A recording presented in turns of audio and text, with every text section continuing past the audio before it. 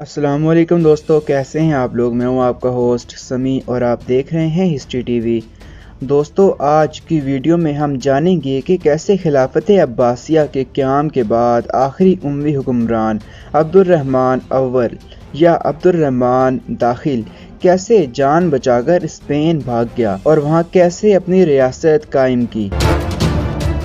تحریک ہاشمیہ جو اموی خلافت کے خلاف عباسیوں اور علویوں نے شروع کی تھی، جب یہ تحریک زور پکڑ گئی اور اس نے عباسی کمانڈر المنصور کی کمان میں ایران و عراق فتح کیا اور بنو امیہ کی خلافت کے گڑھ دمشق پر حملہ کر دیا۔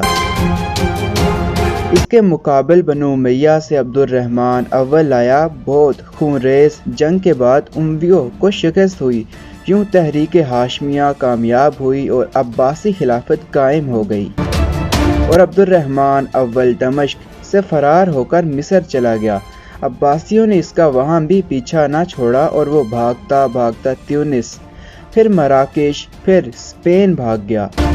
اس کے کامیاب فرار کی وجہ سے عباسی خلیفہ اس سے بہت متاثر ہوا اور اسے صقر قریش یعنی قریش کا پرندہ کا لقب دیا۔ عبد الرحمن خلافت بنو امیہ کے 10ویں خلیفہ ہشام بن عبد الملک کا پوتا تھا۔ جب عباسیوں نے دمشق پر قبضہ کر کے خلافت امویہ کا خاتمہ کیا تو اس وقت عبد الرحمن اول کی عمر 20 سال تھی۔ وہ عباسیوں کے ہاتھوں خاندان امویہ کے قتل عام میں بچ جانے والا واحد فرد تھا۔ وہ اپنے بھائی یحییٰ کے ساتھ محل سے فرار ہو کر صحرا میں ایک بدو قبیلے کے پاس پناہ گزین تھا۔ اس دوران میں عباسی اپنے حریفوں کو بے رحمی سے قتل کرتے رہے اور ان دونوں بھائیوں کی تلاش شروع کر دی۔ اس دوران میں انہوں نے عبد الرحمن اور یحییٰ کا بھی پتہ لگا لیا، جس پر دونوں بھائی وہاں سے بھی فرار ہو گئے اور دریائے دجلہ میں کود گئے۔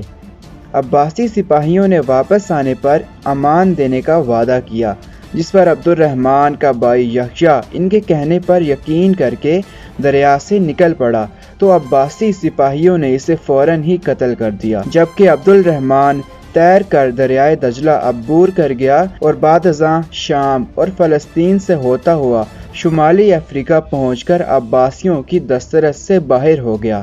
خلافت بنو امیہ کے خاتمے کے بعد افریقہ کے مختلف صوبوں میں مقامی سرداروں نے حکومتیں قائم کر لی تھیں۔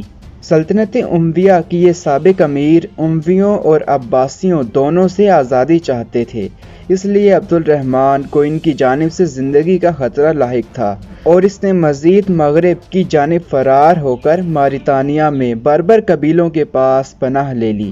755 عیسوی میں وہ موجودہ مراکش کے شمال مشرقی ساحلی شہر سبتہ کے قریب پہنچا۔ وہاں سے اس نے اپنا ایک سفیر ہسپانیہ بھیجا تاکہ وہ خاندان امویہ کے وفادار سابق رہنماؤں کی حمایت حاصل کر سکے۔ ان رہنماؤں کی بڑی تعداد صوبہ الویرا، جو موجودہ غرناطہ کہلاتا ہے، میں مقیم تھی، جہاں امیر یوسف کی کمزور حکومت موجود تھی، جو ایک قبائلی گروہ کے ہاتھوں میں کٹ پتلی بنا ہوا تھا۔ یہ افراد عربوں اور بربروں کے درمیان میں نسلی اختلافات کے علاوہ عربوں کے آپس میں قبائلی اختلافات کے باعث بھی پریشان تھے۔ عبد الرحمن نے اسے بھرپور فائدہ سمجھا اور سابق وفادار پیروکاروں کی دعوت پر ستمبر 755 عیسوی میں مالکا کے مشرق میں المنکب کے ساحل پر اترا۔ اس کی اس کمال بہادری اور عقل مندی اور چالاکی سے متاثر ہو کر عباسی المنصور نے اسے صقر قریش یعنی قریش کا عقاب کا لقب دیا۔ ابتدا میں عبد الرحمن نے اپنے حمایت یافتہ افراد سے مشاورت کی جو خطرات کے باعث محتاط تھے۔ امیر یوسف نے مذاکرات کے آغاز میں عبد الرحمن کو زمین اور اپنی ایک بیٹی کا نکاح میں دینے کی پیشکش کی۔ عبد الرحمن زیادہ کی امید لگائے بیٹھا تھا، تاہم وہ دباؤ کے باعث یہ پیشکش قبول کرنے کے قریب تھا کہ امیر یوسف کے ایک اندلسی پیغام رساں کی عبد الرحمن کے ایک حامی عبید اللہ کے ساتھ جھڑپ ہو گئی۔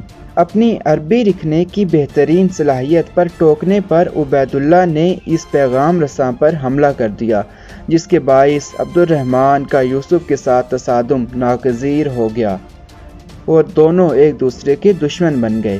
756 ء میں دونوں گروہوں کے درمیان وادی الکبیر میں ایک جنگ ہوئی جو 16 مئی کو قرطبہ کے قریب یوسف کی شکست کے ساتھ ختم ہوئی۔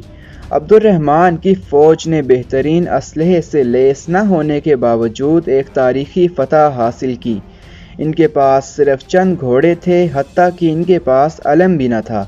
ایک سپاہی نے اپنے نیزے پر اپنا سبز امامہ لپیٹ دیا اور بعد میں یہی اندلس میں امویوں کا علم اور نشان قرار پایا۔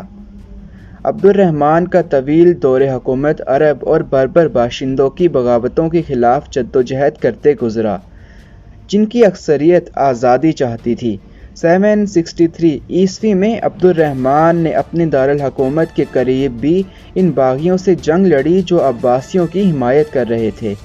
اس نے فیصلہ کن فتح حاصل کی۔ آخری سالوں میں عبد الرحمن نے کئی محلاتی سازشوں کو بھی کچلا۔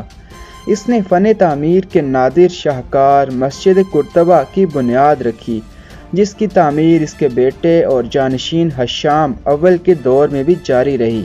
اس نے جس حکومت کو قائم کیا وہ 1031 ء تک ہسپانیہ پر حکومت کرتی رہی۔ دوستو، آج کی ویڈیو میں اتنا ہی۔ مزید جانکاری کے لیے ہمارا YouTube چینل لازمی سبسکرائب کریں۔ خدا حافظ۔